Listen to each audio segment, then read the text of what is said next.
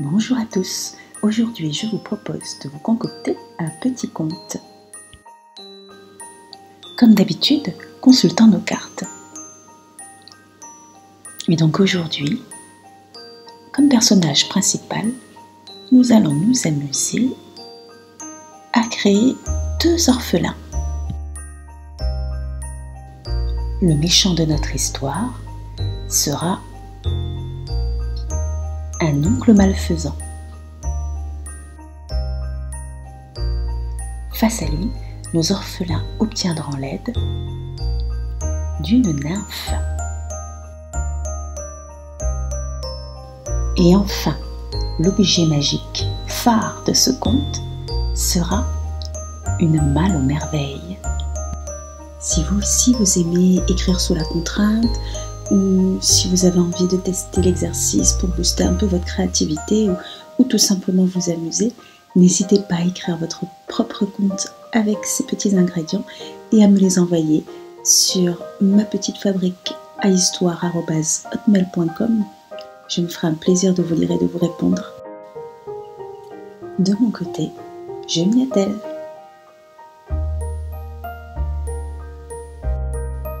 Je vous propose donc la lecture de ce conte que j'ai intitulé « Les funestes aventures des orphelins Snicket ».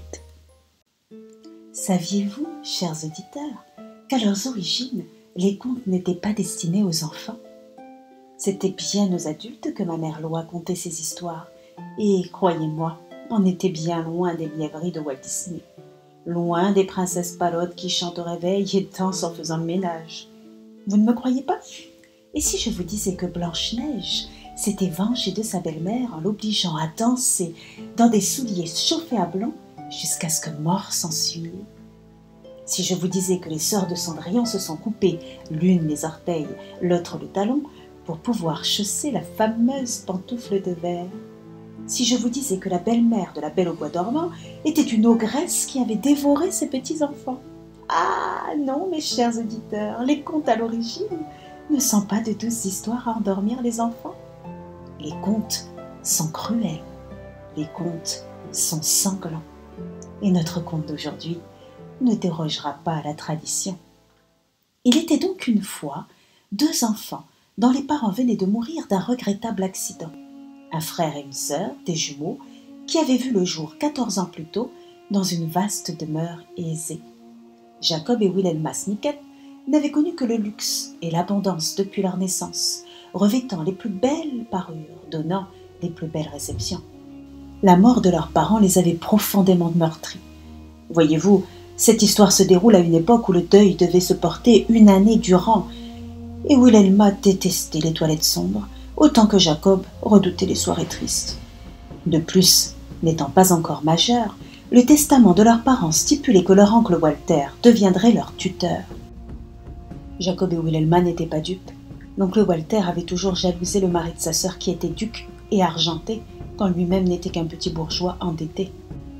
C'était donc avec beaucoup de méfiance qu'il l'avait vu descendre d'un pas royal, d'une calèche miteuse qu'il avait dû emprunter à une de ses douteuses connaissances. Les cousins Alfred et Charles, droits et le montant haut derrière leur père, avaient tout du parvenu. Des vêtements semblant être à la mode, mais clairement découpés dans du tissu bon marché, des valises flambant neuves achetées pour l'occasion, et des regards avides, furetant malgré eux dans tous les coins pour admirer l'opulence de la maison.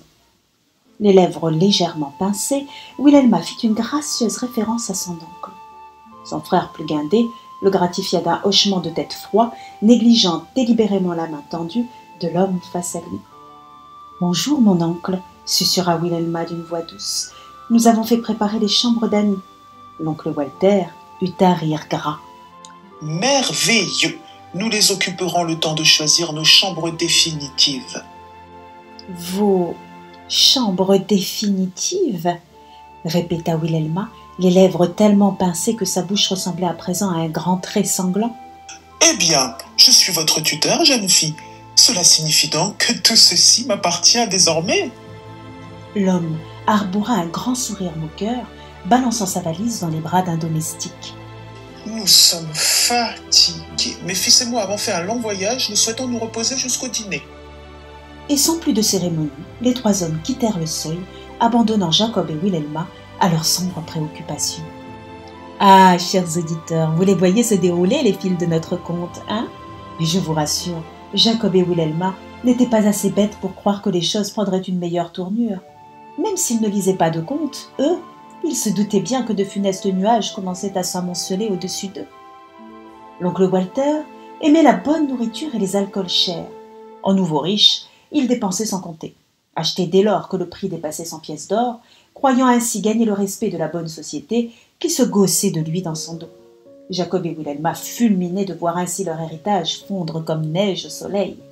Mais bientôt, tous les domestiques eurent fui la demeure. On les disait outrés par les mauvaises manières du nouveau propriétaire, mais il était plus certain qu'ils avaient fui ses poches vides.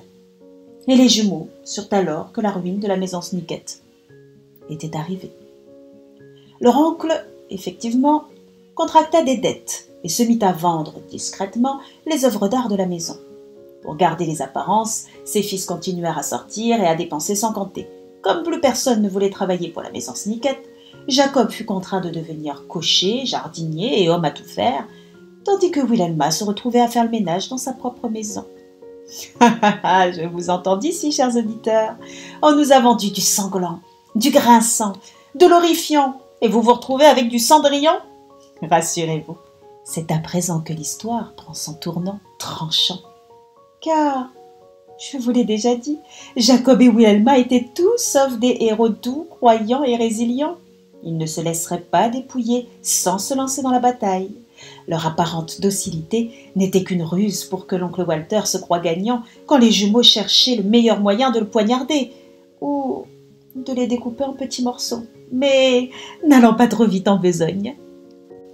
Alors qu'elle s'échinait à préparer le souper, un plan se dessina dans l'esprit de Wilhelma. La jeune fille n'avait jamais appris à cuisiner, mais elle savait lire. Et sa mère possédait de charmants ouvrages traitant de botanique et d'empoisonnement. Elle avait ainsi découvert que sa génitrice possédait un magnifique plant de Dieffenbachia, communément appelé canne des muets, dans sa serre. La plante, plutôt banale, faisait pâle figure au milieu des bouquets d'hortensias, des rosiers noirs et des orchidées fantômes. Pourtant, Wilhelma avait traité le végétal avec le plus grand respect, prélevant délicatement de longues feuilles bicolores. En grand secret, elle les avait coupées, les mêlant à de grosses feuilles de laitue, baignant le tout d'une sauce salade éminemment salée. Jacob et elle avaient senti leur cœur battre plus fort lorsqu'ils avaient servi à table leur oncle et leur cousin. Mais ceux-ci n'avaient pas daigné le moindre morceau dans leur assiette, et la plante avait rempli son office. Moins d'une heure après ce copieux repas, les trois hommes s'étaient retrouvés totalement paralysés, incapables de bouger, ni même de prononcer le moindre mot, leurs iris frémissant de gauche à droite dès que les jumeaux s'approchaient d'eux. Wilhelma jubilait, heureuse de tenir son oncle et ses cousins sous sa coupe. Elle trouvait enfin un moyen d'exprimer toute la fureur qu'elle ressentait depuis leur arrivée. Se saisissant d'une lame de barbier bégotée dans les affaires de son père, elle s'amusa à leur raser les cheveux et la barbe, après quoi elle fit une gracieuse révérence devant son oncle avant de leur cracher copieusement au visage.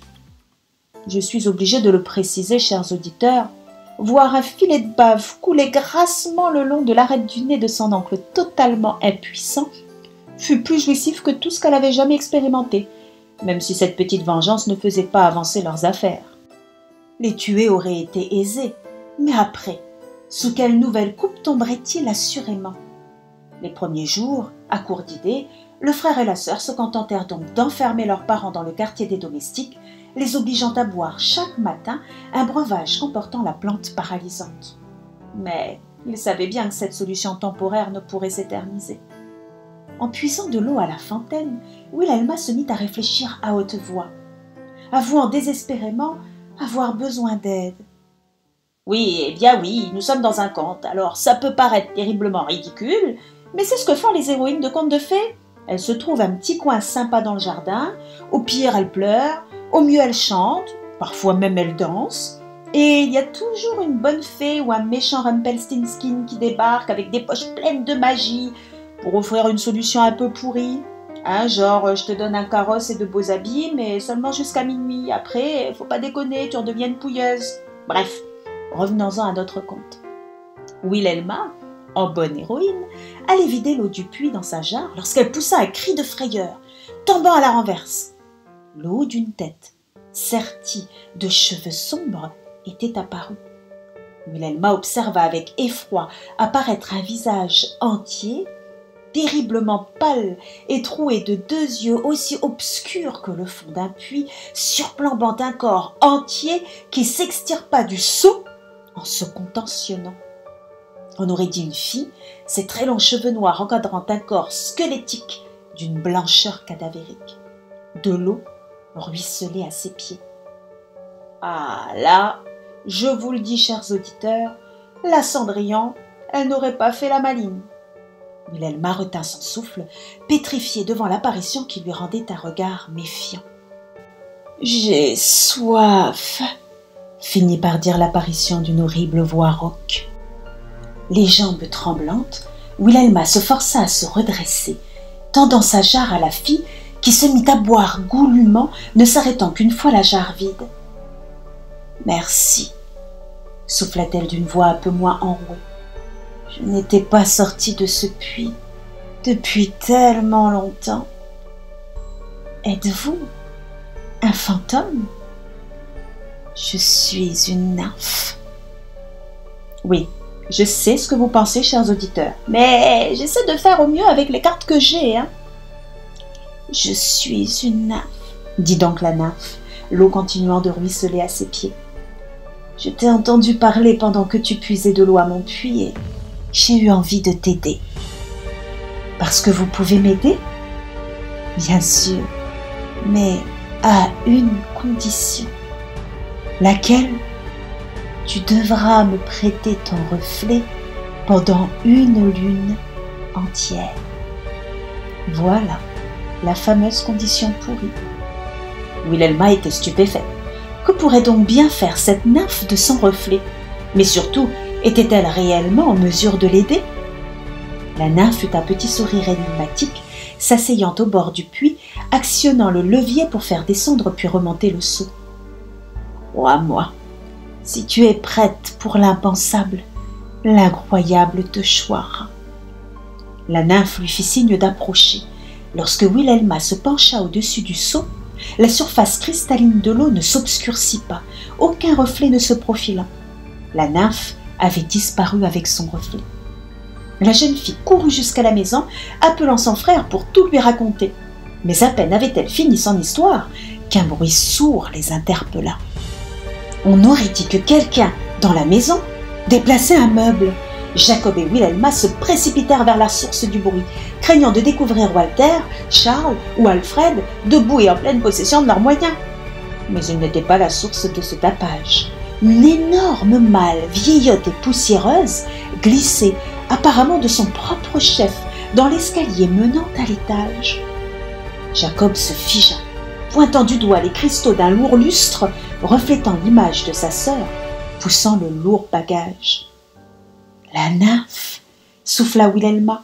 Sans se concerter, ils s'élancèrent dans l'escalier, joignant leurs efforts à ceux de la créature pour hisser le volumineux objet à l'otage.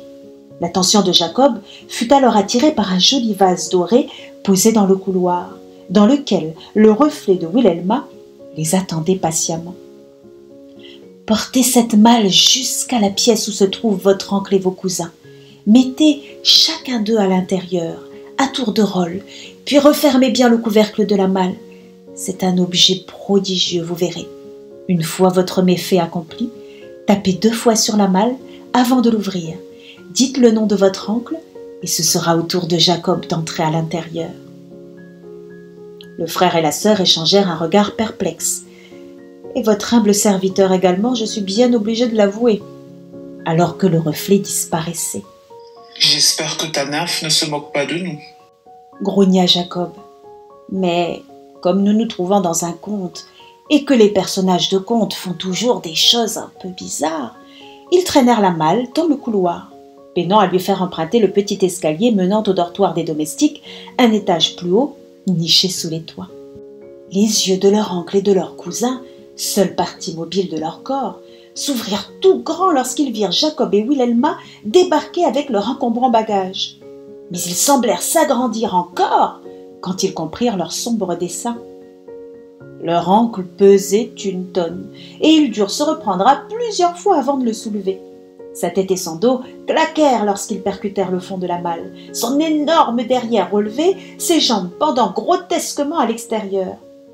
Le frère et la sœur firent leur possible pour tout faire entrer, mais les bras ne trouvaient pas de place au-dessus du ventre rebondi, empêchant la malle de se refermer totalement. Qu'auriez-vous fait, vous, chers auditeurs, à leur place? Les pauvres enfants étaient désemparés. Une seule solution s'ouvrait à eux et, vous en conviendrez, ils n'avaient pas d'autre choix que de s'y soumettre. Alors Jacob, tout fier de montrer à sa sœur tout ce qu'il avait appris en tant qu'homme à tout faire, courut vite chercher la grosse hache émoussée du jardin et s'évertua à tailler tout ce qui dépassait inutilement de la malle. Wilhelma, de son côté, ramassait ce qui tombait et les rangeait tranquillement dans le bagage, chantonnant, refermant bientôt le couvercle de la malle d'un coup sec. Lorsqu'elle la rouvrit, elle fut émerveillée de la découvrir à nouveau vide. Oh, je vous épargnerai, chers auditeurs, la répétition des détails sanglants de ce funeste travail, mais sachez, pour assouvir votre curiosité, que cette malle avait appartenu en son temps à un certain Barbe-Bleue, et qu'elle avait déjà connu sans lot d'histoire sanguinolente. Ainsi raccourcis, les deux coussins furent rapidement rangés dans l'habitacle et, bientôt, ce fut au tour de Jacob d'entrer. Je dois vous dire, chers auditeurs, que, malgré que Jacob venait de démembrer consciencieusement son oncle et ses deux cousins sans une once de remords, il n'en menait pas large de devoir à son tour entrer dans ce bagage maudit. Pourtant, il le fit, après avoir frappé 2 fois dessus et dit le nom de son oncle à haute voix. Il s'accroupit et Wilhelma, légèrement angoissée, comprenant-la bien, la pauvre, elle réfléchissait déjà au moyen de nettoyer efficacement la mare de sang coagulant déjà au sol. Même dans les contes, c'est toujours les femmes qui ont ce genre de pensée. Bref, Wilhelma donc referma le couvercle par-dessus lui, rouvrant aussitôt la malle, observant son frère se redresser. Il était beaucoup plus grand, et sa silhouette s'était épaissie, son ventre proéminent tombant sur ses genoux. Il arborait à présent le visage gras de l'oncle Walter. Wilhelma était impressionnée. Elle courut chercher un petit miroir qu'elle tendit à son frère, qui s'observa un instant, éberlué, avant que son reflet ne soit remplacé par celui de Wilhelma. « Rassurez-moi, je pourrai facilement retrouver mon vrai visage. »« Bien sûr, » affirma le reflet de Wilhelma avec la voix de la nymphe. « Il suffira de taper à nouveau 2 fois sur la malle, de dire votre prénom et d'y entrer. Est-ce que nous pouvons le faire autant de fois que nous le désirons, s'enquit Wilhelma. Tant que vous possédez la malle. Un monde d'opportunités s'ouvrait à eux. Jacob et Wilhelma pouvaient retrouver leur vie d'avant, tout en faisant croire que l'oncle Walter était toujours vivant. Un conteur moralisateur aurait pu inventer une fin tragique pour punir ces horribles criminels que sont les orphelins Snicket, vous faisant croire, par exemple, que la pauvre Wilhelma aurait été brûlée vive pour sorcellerie après que quelqu'un se soit aperçu qu'elle ne possédait pas de reflet. Mais je n'en ferai rien, et je vous conterai la vérité. Jacob et Wilhelma se servirent de la malle jusqu'à leur majorité, après quoi ils firent croire que l'oncle Walter était rentré chez lui.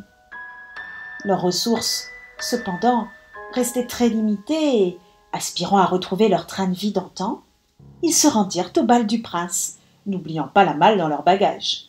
Il fut ainsi facile pour Jacob de prendre la place de l'héritier du trône, et, ainsi grimé, il ne tarda pas à demander Wilhelma en mariage, tous deux devenant rapidement les monarques du pays, vivant heureux et riches durant de nombreuses années auprès de leurs nombreux enfants.